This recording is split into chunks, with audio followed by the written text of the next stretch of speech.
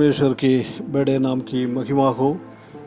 फिर से 2 हफ्ते के बाद ये सुबह प्रभात मनन में कुछ बातें मनन करने के लिए परमेश्वर ने सकायदा किया है, इसलिए परमेश्वर को बहुत बहुत धन्यवाद करता हूँ। फिर से आने वाला प्रभु यीशु मसीह के मीठे और पवित्र नाम से सबको जय मसीह की। पिछले 2 हफ्ता बेटी की विवाह के संबंध में कुछ बिजी थे, इसलिए ये रिकॉर्ड कर नहीं पाया, परंतु उसमें से परमेश्वर ने फ्री कर आज फिर से आप लोगों के बीच में कुछ बातें मनन करने के लिए परमेश्वर ने अवसर दिया है, इसलिए मैं परमेश्वर को धन्यवाद करता हूँ।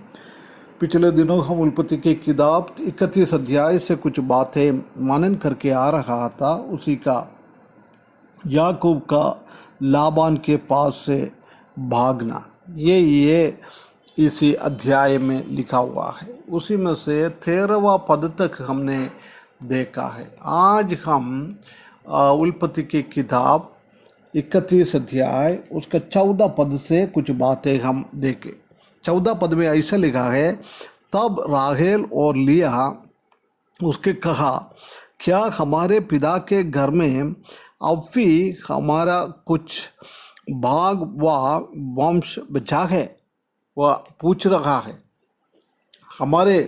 उसका मतलब है हमारे पिता के घर पे अभी हमारे लिए कोई बचा नहीं है, अभी हमको उसमें से कुछ मिलने वाला नहीं है। जब हम जानता है कि आदम और हव्वा को परमेश्वर ने बनाया है, जब उसने ऐसा बोला है पति पत्नी के साथ इकट्ठा हो जाएगा उनका माँ बाप से अलग होकर, मतलब पति पत्नी का जीवन बहुत बड़ा एक जीवन है।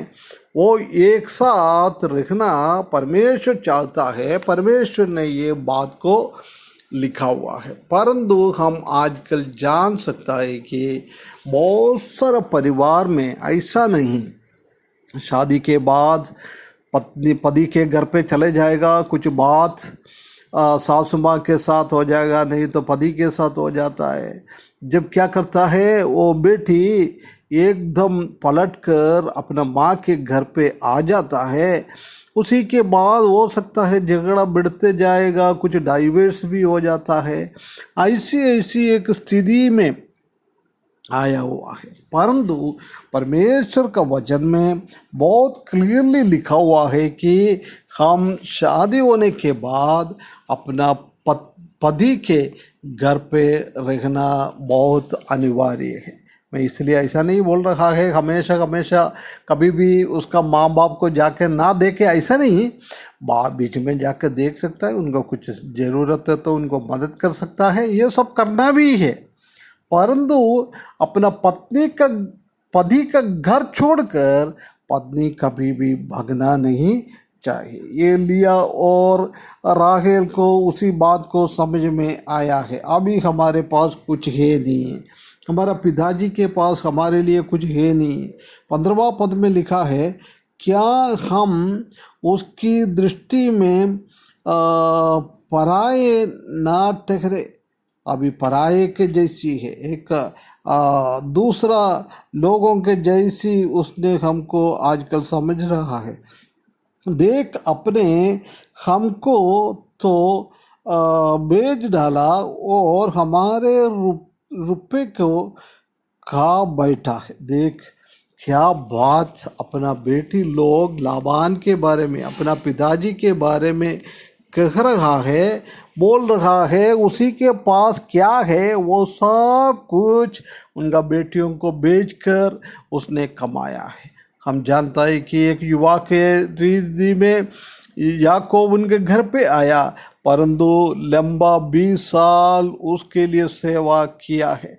अगला 7 साल हम देख सकता है कि राहेल के लिए उसने किया था, परंतु राहेल के जगह में लिया को पत्नी के रूप में पिताजी ने दिया हुआ है।